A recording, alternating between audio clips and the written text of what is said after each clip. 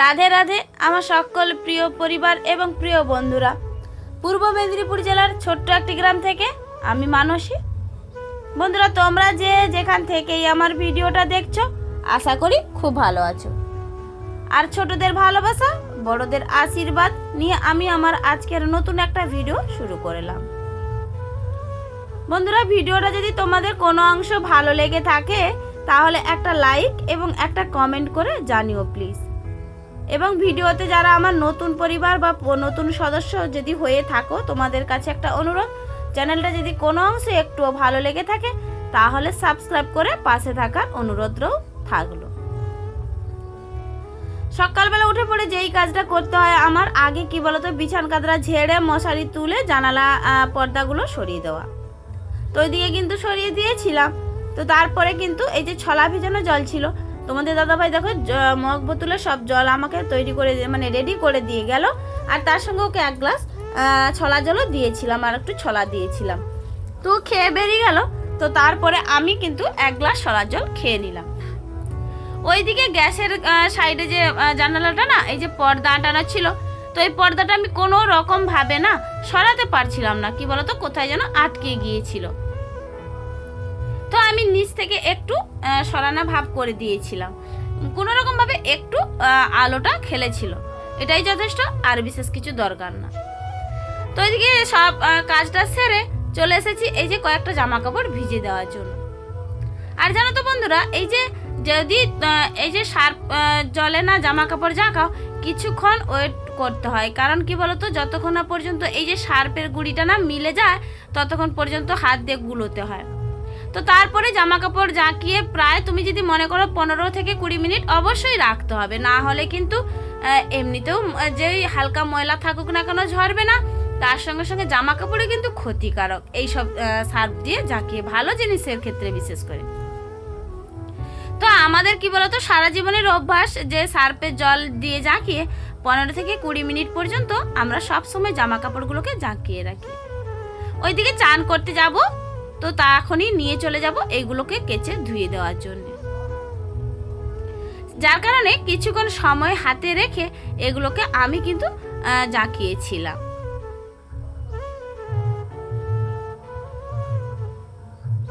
আর গামলিটা জানো তো মনে হচ্ছে একটু ছোট হয়ে গিয়েছে। কি করব বলো, যে বড় গামলিটা না তোমাদের দাদাভাই এবার আলু এনেছিল, তো আলুগুলো বড় গামলিতে করে রাখা হয়েছে। তো রেখে ওইখানে না ওই যে বলে না মশারি জাল ছেঁড়া দিয়ে একটা ব্যাগ তৈরি করেছে, ওখানে আলু রেখেছে, না হলে আরশোলা ইঁদুর বাঁদরে সব খেয়ে যাবে।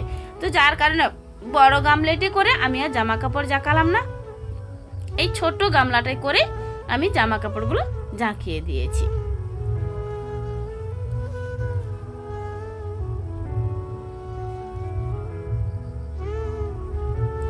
ওইদিকে জামা কাপড়গুলো যাকে দেখবে বন্ধুরা, আমি সব কিছু কেচে কুচে চান করে একেবারে চলে এসেছি বাড়ির মধ্যে। এসে ওই যে দেখো যে ছলা ভিজিয়ে রেখেছিলাম সসপ্যানটা করে, ওই সসপ্যানটা করে না একটু চা বসাবো। তো যার কারণে সসপ্যানটা একটু ধুয়ে নিলাম, যেহেতু ছলা ছিল, একটা যেন ছলার গন্ধ তো থেকেই থাকে। তো ধুয়ে ফেলে আমি ওদের মধ্যে আবার একটু চা বসিয়ে দেব। যেহেতু আমার একা সংসার, নিজের হাতেই সব কিছুটা করি, গুছিয়ে গেছে, যতটুকুনি পারি গুছানোর চেষ্টা করি। তো যার কারণে একা সংসার বলে নিজের একটা জিনিসের উপরেই বেশি আমার ব্যবহারই হয়। এই যেমন ধরো সসপ্যানটা কি বলতো বন্ধুরা, একবার ছলা ভিজাচ্ছি, কোনো রকম শিলাজুত ভিজালেও তার মধ্যে এই সসপ্যানটার মধ্যেও শিলাজুত ভিজিয়ে দিই।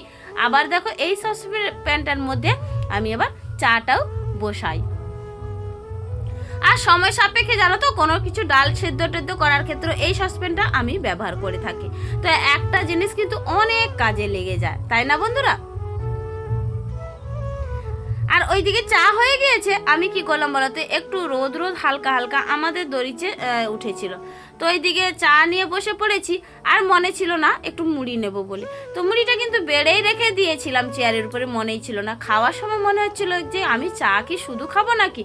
তো তারপরে উঠে দেখো ওই মুড়িতে চানাচুর দিয়ে কলা দিয়ে একটু তেল নিয়ে মেখে মুড়িটা খেতে বসেছি। আর হ্যাঁ, আজকে না একটু লিকার চা করেছি, জানো তো বন্ধুরা, দুধ চা করিনি। তো ইচ্ছেটা হলো একটু আদা দিয়ে লিকার চা খাই, তো যার কারণে আদা দিয়ে লিকার চা খাচ্ছি। আর হ্যাঁ, ওই যে স্টিলের গ্লাসে খাওয়া শুরু করে দিয়েছি, শীত না পড়তে পড়তেই স্টিলের গ্লাসেই খাওয়া শুরু করে দিয়েছি। আর স্টিলের গ্লাসে চা খাওয়াটা একটা মজাই আলাদা। আর দেখবে বন্ধুরা, আমার আগের ভিডিওতে তোমরা সবসময় বেশিরভাগটাই লক্ষ্য করে দেখবে আমি স্টিলের গ্লাসেই চা খেতে খুবই পছন্দ করি। আর এই যে গরমকাল ছিল তখন কি বলো তো, তখন ওই ছোট্টখাটো ওই যে কাপ বা কাঁচের গ্লাসেও খেতাম। তো যাই হোক বন্ধুরা, ওইদিকে চাটা খেয়ে একেবারেই চলে এসেছি যে সবজি কাটতে। জানো বন্ধুরা, বাড়িতে যদি অনেক সবজি থাকে না, তাহলে কি বলতো কোনটা রাঁধবো আর কোনটা রাঁধবো না এটা নিয়ে না খুব ভাবতে বসে যাই। তো দেখো বন্ধুরা, আমি সব ঝুড়িগুলো কিন্তু নিয়ে বসে পড়েছি এইদিকে রান্নার জোগাড়টা করার জন্যে।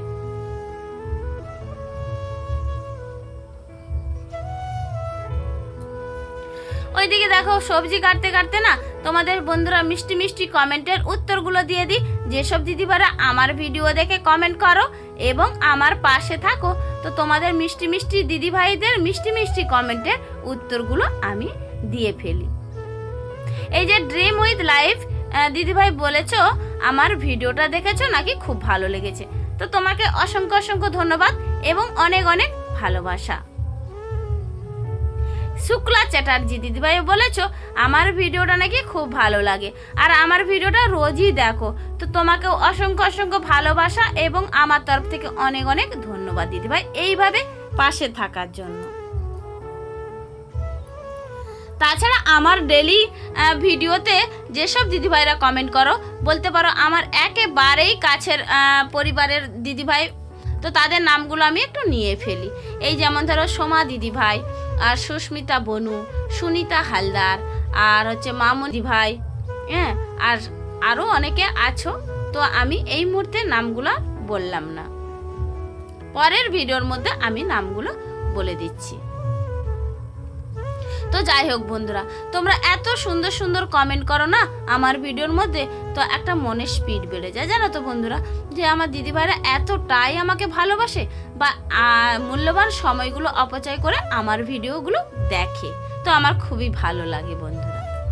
আর এইভাবে তোমরা আমার পাশে থেকো, তোমাদের আশীর্বাদ এবং এই একটা ভালোবাসা কমেন্টেই আমি একদিন কিছু না কিছু করতে পারবো।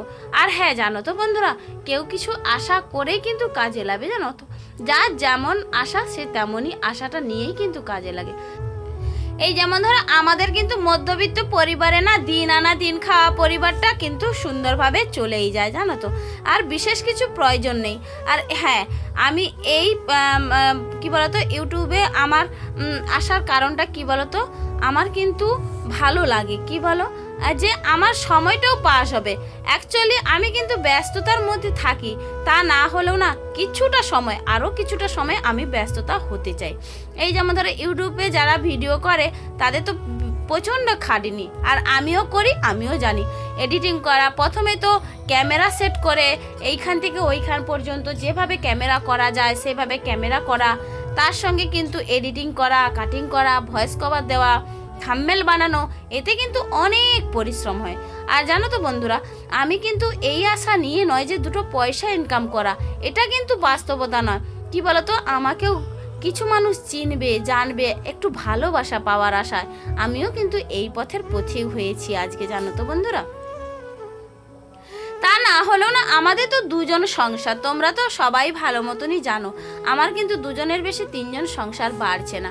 তো যাই হোক বন্ধুরা, এতে আর কি প্রয়োজন বলো, তোমাদের একটু ভালোবাসার জন্য আর এই পাশে থাকার জন্য, একে অপরের পাশে দাঁড়াতে পারবো এই আশা নিয়ে কিন্তু আমি আজকে এই পথে নেমেছি বন্ধুরা। আর তার সঙ্গে সঙ্গে আমার কিন্তু সময়টাও কিন্তু কেটে যাবে তোমাদের সামনে এইভাবে থাকার জন্য।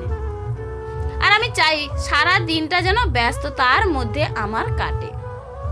তো যাই হোক বন্ধুরা, অনেক বকবক করে ফেললাম তোমাদের সামনে, আর তোমাদের নিশ্চয়ই ভালো লাগছে না আমার এই বকবকানিটা। তো কি করব বলো, একটু তোমাদের সামনে কথা বলতে ভালো লাগে, তো যার কারণে মনের কথাটাও কিছু কিছু সময় বলেও ফেলি। ওইদিকে রান্না বান্না কমপ্লিট করার পরে দেখো বন্ধুরা, আমি উনুনটা পারতে চলেছি। বলতো প্রথমেই তো সব সময়ের জন্য এই যে কালি উনুনটাকে কি করি, আমি একবার নেতা দিয়ে না কালিটাকে পরিষ্কার করে ধুয়ে ফেলি, তারপরে আবার এই যে নেতাটাকে ধুয়ে নিয়ে এসে আবার সুন্দর করে নেতা দিই। এতে কি হয় বলো তো, ওই যে উনুনটা কালিটাকে ভালো করে পরিষ্কার করে তুলে দিলে না, তারপরে নাতা দিলে খুব সুন্দর সাদা ধপধপ করে। আর তা নাহলে কালি সমেত নাতা দিলে না উনুন টুনুন যেন কালো কালো হয়ে যায়। তো যার কারণে আমি এইভাবেই করে থাকি। আর হ্যাঁ, এই কাজটা তোমাদের কার কার ভালো লাগে একটু কমেন্ট করে জানিও। আমি যে এইভাবে উনুন পারি তোমাদের কার কার ভালো লাগে। আর ওইদিকে দেখো হাতের শাঁকাগুলো না নেতা দিচ্ছিলাম তো যেন কাদো হয়ে গেছিল, আবার ওকে সাইজ করে তুলে নিলাম।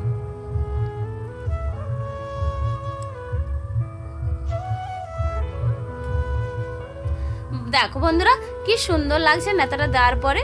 আর ওইদিকে দেখো আমি কিন্তু রেডি হয়ে গেছি, চুল টুল বেঁধে একেবারে রেডি হয়ে গেছি, শুধু তোমাদের দাদাভাইয়ের অপেক্ষায় ছিলাম কখন এসে খাওয়া দাওয়াটা করব। ওইদিকে দুজনে কিন্তু খাওয়া দাওয়া করে কমপ্লিট করে চলে গিয়েছিলাম। আর বন্ধুরা তোমাদের সামনে আসা হয়নি, একেবারে রাতের এই যে খাওয়া দাওয়া কমপ্লিট করে বাসনগুলো ধুতে চলে এসেছি পুকুর পাড়ে। আর আজকের ক্যামেরাম্যানটা কিন্তু আমার ওই যে ছোট্ট পুচকু মেয়েটা সাইডে থাকে, ও কিন্তু আমার ক্যামেরাটা ধরেই দিয়েছিল। তোকে কিন্তু তোমরা একটু ভালোবাসা দিও। আর বন্ধুরা আমার সারাদিনের ভিডিওটা কেমন লাগলো একটু কমেন্ট করে জানিও। আর ভিডিওটা বড় করতে চাই না বন্ধুরা, ভালো লাগলে একটা লাইক এবং কমেন্ট করে দিও।